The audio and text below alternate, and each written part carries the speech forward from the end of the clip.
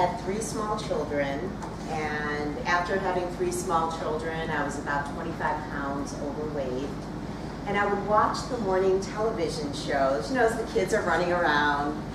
And of course, they'd be advertising the latest and greatest diet out there. And so I'd get so excited, I would run to the bookstore, back in the day when there were bookstores, right?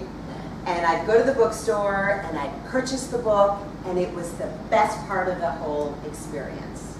Because the truth of the matter is, if I was lucky to remain on this diet for a whole week, it was amazing. So I didn't have any support. I was really frustrated. I, obviously had a lot of stuff going on at home, and I just couldn't understand why I couldn't shed the weight, and I was so frustrated. So fast forward 2008, it's about 20 years later, and I go to Weight Watchers because I make the decision that I really, really needed some support, and I also really needed a credible source of health information. How many people here feel railroaded with all the health information out there? How many people? Let's see, a quick show of hands. All right. So that's exactly how I felt. I just could not manage all the information, and I had shiny object syndrome, right? Every time some sort of news came out, I thought it was the solution to my problems. So it created this vicious cycle of failure.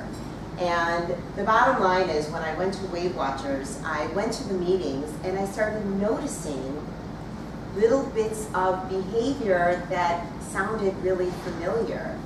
And what ended up happening was I committed, first off, to just going to meetings every single week, no matter what.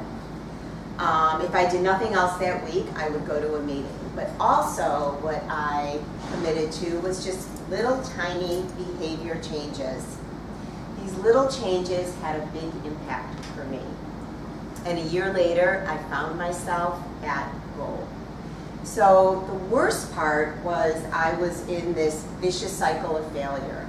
The best part was it really inspired me to begin helping other people. And from the day that I got to my goal, I became a leader at Weight Watchers. And it was a turning point for me back in 2009 for a lot of reasons. The first reason was because I became inspired to further my education to help other people, but also it led me on a track of self-confidence, having the ability to speak to people, most of all having the ability to help people has made a huge, huge impact in my life. And these little behavior changes, they're not glamorous. And I talk to people all the time, and they want to buy diet shakes, and they want me to sell them products. But the truth of the matter is they really don't want to lean in to wellness. They really don't want to lean into the behaviors that make a really big impact on your health and your weight. So, not glamorous, but at the end of the day, my goal, and one of the reasons I'm here at Toastmasters, is because I want to help people more, and as I mentioned earlier, I really want to move into that online space and get clients of my own. So the best part of this journey for me has been that I get to help people in a very unglamorous way, but very gratifying way. And the worst part is I had to go through 20 years of this. Thanks, everyone.